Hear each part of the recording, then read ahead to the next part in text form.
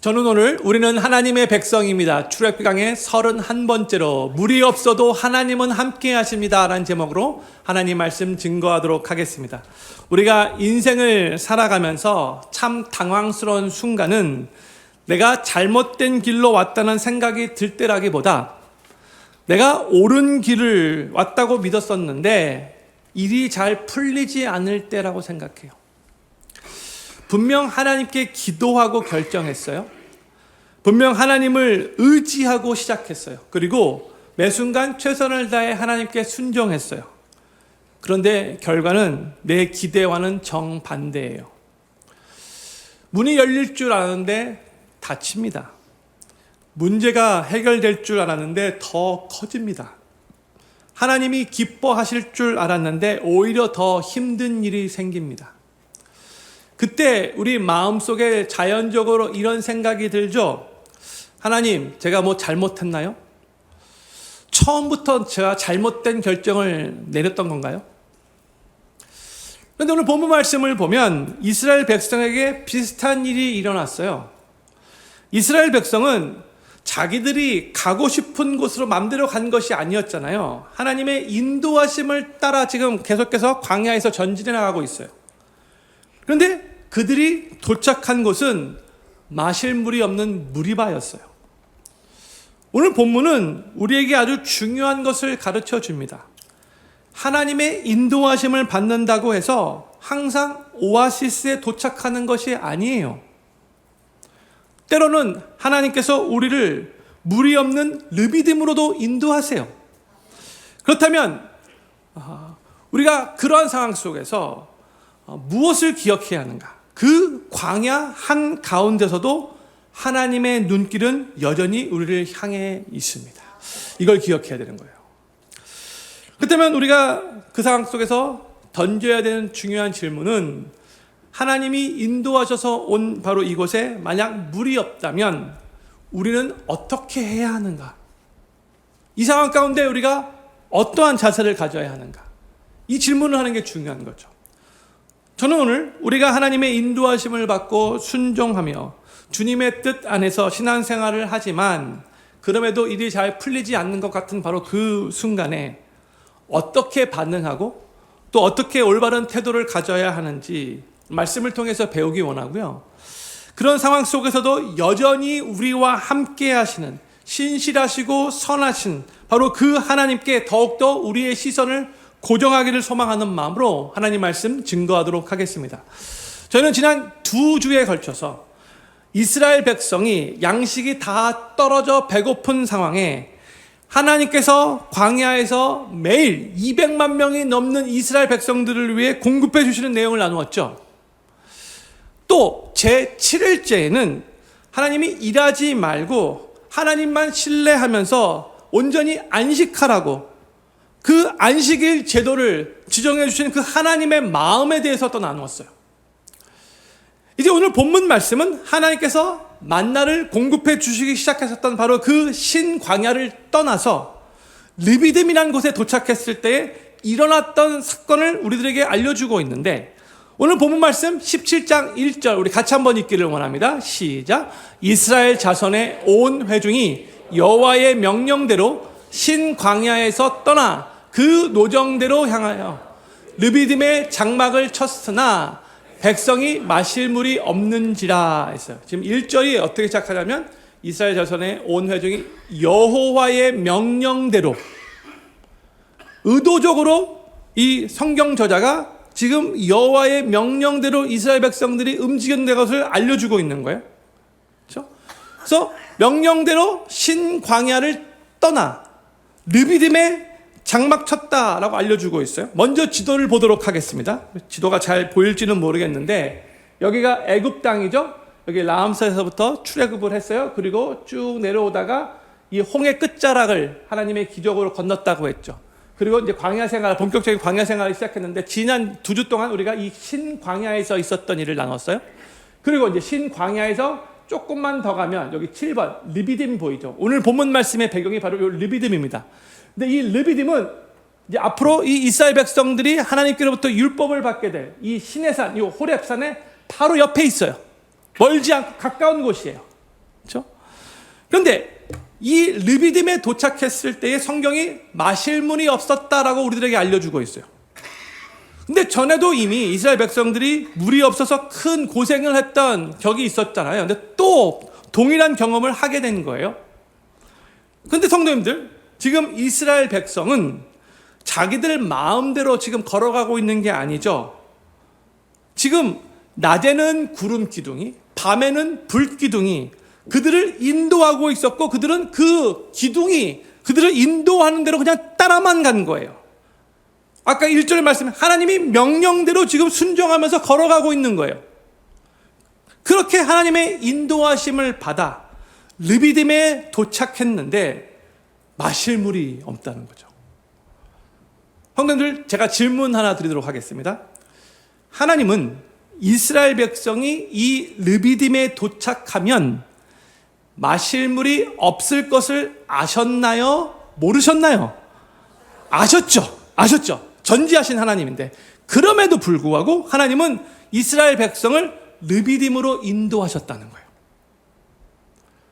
성도님들, 하나님의 인도하심을 쫓아가도 물이 없는 것과 같은 힘든 상황을 만날 수 있다는 것, 오늘 꼭 마음에 새기실 수 있기를 바라요. 기도하면서 결정해도 어려움이 생길 수 있어요. 하나님께 순종해도 오히려 문제가 생길 수 있는 거예요. 정직하게 말씀대로 살아도 손해볼 수 있어요. 믿음으로 사업을 운영해도 사업이 잘 안 될 수 있어요. 하나님께 순종하여 하나님의 뜻대로 교회에서 섬기는데 예상치 못한 어려움을 만날 수 있어요. 우리 한국 크리스찬들은요, 솔직히 이 샤머니즘적인 그런 사고 체계가 은근히 마음에 자리 잡고 있거든요. 그래서 어떤 어려운 일이 생기면 이것을 좀 미신적으로 생각하는 게 많아요. 하나님께서 인도하신 거라고 생각하지 않고 내가 지금 오히려 하는데 하나님께 맞는 것 같은 느낌을 들어요. 하나님 나를 심판하는 것 같이 느낌이 들어요. 그리고 내가 기도 안 했기 때문에 그렇대.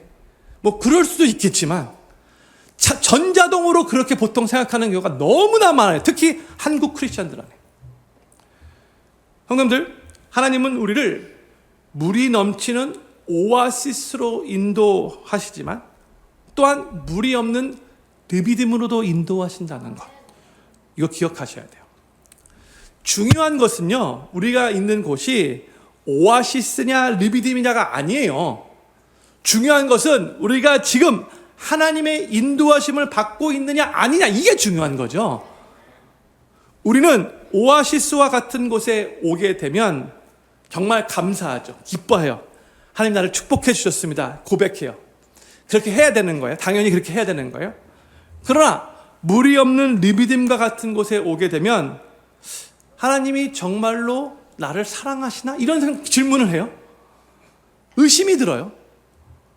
그리고 좀 더 심해지면 하나님이 나를 지금 한 대 치시다, 이런 생각까지 들어요. 심지어 어떤 사람은 사탄이 지금 나를 공격하고 있대요. 하나님이 인도하셨는데 사탄이 공격했대요. 그런데 하나님의 백성이 그러한 상황에서 꼭 기억해야 할 것이 무엇인가? 하나님의 백성, 예수님을 믿는 크리스찬들, 우리가 무엇을 기억해야 하는가? 하나님은 우리의 유익을 위해 때로는 오아시스로도 인도하시고 때로는 르비딤으로도 인도하신다는 거예요. 우리의 유익을 위해서, for our own good. 이거 기억하셔야 돼요. 하나님께서 왜 나를 물이 없는 르비딤으로 인도하셨는지 그 당시에는 모를 수 있어요. 잘 이해가 되지 않을 수 있어요. 그러나 하나님의 백성인 우리의 삶은 여전히 하나님의 인도하심 가운데 있고 하나님께서 우리의 선한 목자가 되신다는 것을 우리가 꽉 붙잡고 있어야 되는 거예요. 저희가 지난주에 시편 23편 1절 말씀을 같이 읽었죠. 다시 한번 이 말씀 읽기를 원해요. 같이 읽겠습니다. 시작. 여호와는 나의 목자시니 내가 부족함이 없으리로다. 아멘. 유명한 고백이죠. 시편 23편 다 아는 말씀이에요. 근데 보세요. 이 시편 23편 말씀을 전체를 다 묵상해 보잖아요. 다윗의 삶은요, 푸른 초장에 누워 있었기도 했고 쉴만한 물가에 쉬기도 했어요. 은유적으로 표현하자면 평탄한 삶을 살 때도 있었죠. 그러나 또 사망의 음침한 골짜기와 같은 곳에 있을 때도 있었잖아요. 또 원수의 목전에 있을 때도 있었잖아요. 그런데 다윗에게 중요했던 것은 그가 어디에 있었느냐가 아니라요, 여호와 하나님께서 그의 선한 목자가 되셨다는 사실이었어요. 그게 중요했던 거죠. 하나님께서 다윗의 선한 목자가 되신다는 것을 다윗이 잘 알았기에 다윗은 하나님이 자신의 삶을 선하게 인도하고 계신다는 것을 믿었고, 그래서 어떠한 상황에서도 여호와는 나의 목자시니 내가 부족함이 없으리로다 라고 고백할 수 있었던 거예요. 그렇다면 하나님의 인도하심을 받아 르비딤이라는 같은 물이 없는 곳에 이르렀을 때에, 물이 없는 바로 그 상황에서 이스라엘 백성은 어떻게 반응하는 것이 마땅했는가? 그동안 그들의 삶을 신실하게 인도하신 그 하나님을 신뢰하면서 마실 물이 없어서 여전히 목은 마르겠지만 이번에도 분명히 하나님이 또 물을 공급해 주실 거야, 이렇게 생각하고 믿음으로 반응했어야 했던 거죠. 그런데 이스라엘 백성들은 어떻게 반응했는가? 안 봐도 비디오죠. 2절 말씀 같이 읽겠습니다. 시작. 백성이 모세와 다투어 가로되 우리에게 물을 주어 마시게 하라. 모세가 그들에게 이르되 너희가 어찌하여 나와 다투느냐? 너희가 어찌하여 여호와를 시험하느냐 했어요. 이 2절 말씀을 보잖아요. 지금 이스라엘 백성이 과거에 모세를 향해 원망했던 그 정도를 훨씬 더 뛰어넘어 이제는 모세와 다투었다라고 하고 있어요. 4절 말씀을 보면 모세가 하나님께 기도할 때 이런 말까지 해요. 4절 말씀 같이 읽겠습니다. 시작. 모세가 여호와께 부르짖어 가로되 내가 이 백성에게 어떻게 하리이까? 그들이 얼마 아니면 내게 돌질하겠나이다. 모세가 그 상황에서 뭘 느꼈는가? 지금 이 분위기라면 곧 이들이 돌을 나에게 던질 수도 있겠다, 이렇게 느낀 거예요. 지금 이스라엘 백성의 불만과 원망이 훨씬 더 격화되어 있다는 것을 우리가 알 수 있죠. 성도님들, 광야의 시간을 통과할 때에, 힘든 어려운 시간을 통과할 때에 보통 두 부류의 사람이 있어요. 하나는 삶이 점점 더 악화되는 사람이고요, 또 하나는 삶이 점점 더 좋아지는 사람이에요. 성도님은 어디에 속해 계신 것 같아요? 이스라엘 백성은 광야를 통과하면서 그 삶이 점점 더 악화되고 있었어요. 성도님들, 인생을 살아가다 보면 광야의 시간을 통과할 거예요. 통과할 때가 많이 있죠. 근데 그럴 때 어떻게 반응하느냐가 정말로 중요한 거예요. 우리 하나님의 백성은 믿음의 반응을 해야 돼요. 그래서 우리의 삶이 점점 더 좋아져야 되는 거예요. 그래서 성도님들, 먼저 우리는 그 광야의 시간을 우리에게 허락하신 그 하나님의 선한 뜻이 있음을 먼저 믿어야 돼요. 아멘이십니까?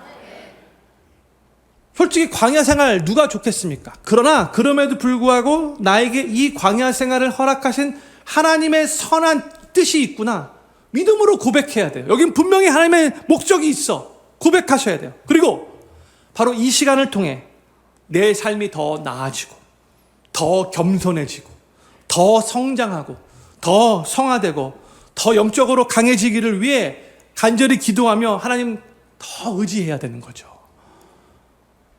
그러할 때에 우리는 그 광야에서도 하나님이 예비하신 아주 특별한 은혜를 경험하게 되는 거예요. 광야는 분명 고통을 경험하는 곳이죠. 그렇지만 동시에 하나님의 신비를 경험하는 곳이기도 해요. 광야는 삶의 위기가 돼요. 그렇지만 또한 삶의 기회가 되기도 해요. 광야를 통과하면서 우리는 무엇인가를 잃기도 하지만 또한 잃어버린 것보다 더 귀한 것을 얻기도 해요. 그리고 성도님들, 광야를 통과하지 않고서는 우리에게 성숙해질 수도 겸손해질 수도 강해질 수도 없는 우리 삶의 영역이 있거든요. 꼭 광야를 통과해서만 이게 바뀔 수 있는 거예요. 그래서 하나님은요, 의도적으로 그걸 아시고 우리를 광야로 인도하시는 거예요. 결국 우리를 위해서인 거예요. 이걸 잘 믿고 기억하셔야 돼요. 저는 필그림교회 모든 성도님들이 광야의 시간을 통과하실 때마다, 사실 그 시간 아무도 원치 않겠지만 그런 시간을 통과하게 되는데, 그럴 때마다 여전히 하나님께서 우리의 선한 목자 되심을 기억하시기 바라고, 그 시간 속에서 살아계신 하나님을 더 깊이 경험하시면서 더 성숙해지고 더 성화되어지고 더 강해지셔서 하나님께서 그 광야의 시간을 허락하신 그 목적을 온전히 이루시기를 우리 구주 예수님의 이름으로 간절히 축원합니다. 오늘 본문 2절을 보면 모세가 이스라엘 백성들에게 이렇게 말을 해요. 2절 후반부예요. 너희가 어찌하여 여호와를 시험하느냐? Why do you test the Lord? 그리고 7절에서는 성경이 또 이렇게 말씀합니다. 그가 그곳 이름을 마사라 또는 무리바라 불렀으니 이는 이스라엘 자손이 다투었으며 또는 그들이 여호와를 시험하여 이르기를 여호와께서 우리 중에 계신가 아닌가 하였음이더라 했어요. 성도들, 지금 이스라엘 백성이 하나님을 시험했다라고 말하고 있죠. 이 하나님 시험했다, 이게 뭘 의미하는 거예요? 영어로 보면 테스트했대요. 7절 말씀을 보면 여호와께서 우리 중에 계신가 안 계신가 테스트했대요. 그러니까 이스라엘 백성이 감히 하나님을 테스트한 거예요. 하나님이 이스라엘 백성들을 테스트하시는 분이신데 이스라엘 백성이 감히 하나님을 테스트한 거예요. 간이 배 밖으로 나온 거예요, 지금. 이 상황에서 빨리 물이 공급되어 이 문제가 해결된다면 나는 하나님이 우리와 함께 하신다는 거 믿겠다.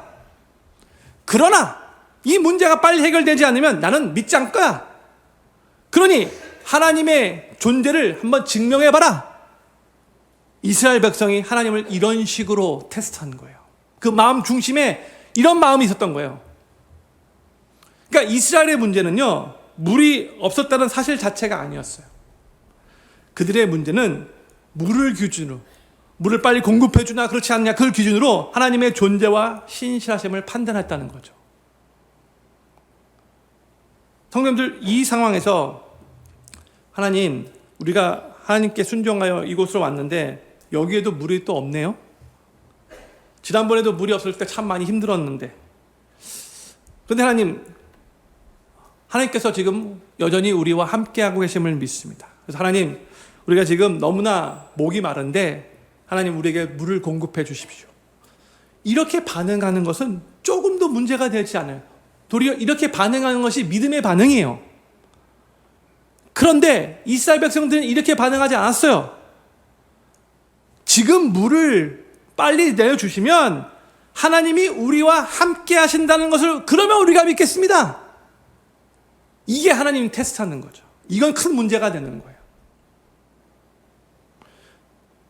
성도님들, 혹시 삶에 어떤 문제나 힘든 일이 생길 때 이렇게 하나님을 시험하는 듯한 말과 생각과 행동을 하지는 않는지요? 나의 힘든 상황 가운데 살아계신 하나님을 자꾸 테스트하려고 하지는 않는지요? 그동안도 정말로 하나님이 살아계시고 우리와 함께 하신다는 그 증거를 분명히 많이 경험했음에도 불구하고, 만약 우리가 그 힘든 상황에서 지금 하나님은 우리의 문제에 별 관심도 없고 그저 빨리 이 문제가 해결되는 것에만, 거기에만 중요하게 여긴다면 우리도 이스라엘 백성처럼 하나님 테스트할 수 있다는 거 기억해야 돼요. 형님들, 광야를 통과하고 있는데 만약 목이 마를 대로 말랐는데 마실 물이 없다면 그것은 정말로 심각한 문제인 거죠. 그렇죠? 이 문제가 아니라고 말씀드린 게 아니에요. 문제예요. 그런데 그러한 심각한 상황에서도 우리가 꼭 하나님의 백성으로서 기억해야 할 것이 있어요. 물이 없는 그곳에서도 하나님은 여전히 살아계셔서 우리와 함께 하시고 우리 가운데 역사하는 분이신 것을 믿으시기 바랍니다. 이게 우리가 항상 붙잡고 있어야 되는 진리인 거잖아요. 그래서 우리는 물이 없다는 그 현실에만 집중하다가 여전히 우리와 함께 하시며 여전히 일하시는 하나님을 잊어버리지 않도록 늘 깨어 있어야 되는 거예요. 형님들, 믿음은 현실을 부정하는 게 아닙니다. 내가 현실을 부정하라고 말씀드리는 게 아니에요. 물이 없으면 물이 없는 거예요. 물이 없으면 어떻게 보면 문제인 거예요. 그거 맞아요. 그런데 믿음은 무엇인가? 믿음은 물이 없다는 현실보다도 하나님이 살아계신다는 진리를 더 크게 보는 것입니다. 이게 믿음이에요. 저는 필그림교회 모든 성도님들이 어떠한 상황 속에서도 물이 없는 심각한 그 위기의 순간이라 할지라도 여전히 우리와 함께 하시고 살아서 역사하시는 그 하나님께 우리의 시선을 온전히 고정하실 수 있기를 바라고, 그 어려운 위기의 상황도 함께 하시는 그 주님의 도우심으로 인해서 잘 극복하시면서 살아서 역사하시는 그 하나님을 더욱더 깊이 체험하시게 되기를 우리 구주 예수님의 이름으로 간절히 축원합니다. 이스라엘 백성이 어떻게 원망했는지 3절에서 구체적으로 우리에게 알려주고 있어요. 3절 말씀 같이 읽겠습니다. 시작. 거기서 백성이 물에 가라매 그들이 모세를 대하여 원망하여 가로되 당신이 어찌하여 우리를 애굽에서 인도하여 내어서 우리와 우리 자녀와 우리 생축으로 목말라 죽게 하느냐 했어요. 여기서도 또 이스라엘 백성은 왜 자신들을 애굽 땅으로부터 인도해냈냐고 모세를 원망하고 있죠. 레파토리가 똑같아요. 또 똑같은 말 해요. 그렇죠? 그러면서 또 죽겠대요. 목말라 죽겠대요. 근데 이스라엘 백성들이 바로 전장 16장에서 양식이 떨어졌을 때 비슷한 원망을 했잖아요. 지금 오늘 본문 17장에서는 목말라 죽겠다라고 원망하고 있는데 16장에서는 어떻게 원망했어요? 배고파 죽겠다라고 원망했죠. 항상 이들의 원망은 그 1차원이에요. 배고파 죽겠다, 목말라 죽겠대요. 상황은 약간 달라졌는데 패턴은 똑같아요. 형님들, 불평과 원망은 습관이에요. 마찬가지로 감사하는 것도 습관이에요. 형님들 어떤 습관을 지금 갖고 계시나요? 불평과 원망은 보세요. 불행에 익숙해지는 연습이고요. 감사는 행복에 익숙해지는 연습이에요. 형님들 혹시 불행에 익숙해지는 연습을 하고 있지는 않으신가요? 계속해서 불평하고 원망하면 불행에 익숙해지는 거예요. 삶이 더 나아지지 않아요. 이 원망에 대한 내용은 제가 이미 여러 번 나누었기 때문에 오늘 이 정도로만 하고 넘어가도록 하겠습니다. 모세가 하나님 앞에 기도하자 하나님께서 모세에게 이런 말씀을 해주세요. 5절 말씀 같이 읽겠습니다. 시작. 여호와께서 모세에게 이르시되 백성 앞을 지나가서 이스라엘 장로들을 데리고 하수를 치던 내 지팡이를 손에 잡고 가라 했어요. 모세가 전에 출애굽하기 전에 첫 번째 재앙 때 자신의 지팡이를 가지고 나일강을 쳤을 때 그때 나일강이 피로 변했죠. 근데 이번에는 하나님이 바로 그 동일한 지팡이를 가지고 반석을 치라라고 말씀해 주세요. 모세가 지팡이로 반석을 칠 때에 어떤 일이 일어나게 되는가? 6절 말씀 꼭 읽겠습니다. 시작. 내가 거기서 호렙산 반석 위에 너를 대하여 서리니 너는 반석을 치라. 그것에서 물이 나리니 백성이 마시리라. 모세가 이스라엘 장로들의 목전에서 그대로 행하니라 했어요. 모세가 지팡이로 반석을 칠 때 그 반석에서 물이 터져 나올 거라고, 그래서 모든 백성들이 마시게 될 거라고 말씀하고 계시죠. 광야에서 200만 명이 넘는 이스라엘 백성들이 물을 마시게 될 거예요. 어마어마한 물이 콸콸콸콸 쏟아져 나오겠죠. 반석으로부터. 근데 성도님들, 민수기 20장에 가잖아요. 그럼 반석에서 물이 나오는 또 비슷한 사건이 나와요. 그 사건은 오늘 이 본문 사건과 달라요. 그 사건은 모세가 하나님 명령에 순종하지 않고 반석을 화가 난다고 2번 내리친 사건이에요. 근데 오늘 본문에서는 모세가 하나님의 명령에 그대로 순종하여 그대로 반석을 친 겁니다. 비슷해 보이지만 다른 사건이라는 것을 기억하시면 좋을 것 같아요. 모세가 하나님께 순종하여 지팡이로 반석을 쳤을 때 반석에서 콸콸콸 물이 쏟아나와서 목마른 모든 이스라엘 백성들이 다 그 물을 마실 수 있게 됐어요. 동일한 지팡이를 가지고 이스라엘 백성을 애굽 땅에서 해방시키셨던 하나님은 이제 그 동일한 지팡이를 가지고 광야에서 이스라엘 백성들의 목마름을 해결해 주신 거죠. 애굽에서 이 이스라엘 백성을 출애굽시키신 하나님은 광야에서도 여전히 still 이 이스라엘 백성들과 함께 하시며 일하시고 역사하시는 하나님이에요. 마찬가지로 우리에게 놀라운 구원을 베풀어 주신 우리 하나님은 우리가 이 세상을 살아가는 동안에도 여전히 우리와 함께 하시며 일하시고 역사하시는 하나님인 것을 믿으시기 바랍니다. 그리고 이스라엘은요, 하나님을 원망하고 하나님 시험까지 했잖아요. 그런데 그럼에도 불구하고 하나님은 이 이스라엘 백성에게 물을 공급해 주셨어요. 이것이 바로 놀라운 하나님의 은혜죠. 저 같았으면 안 했을 것 같아요.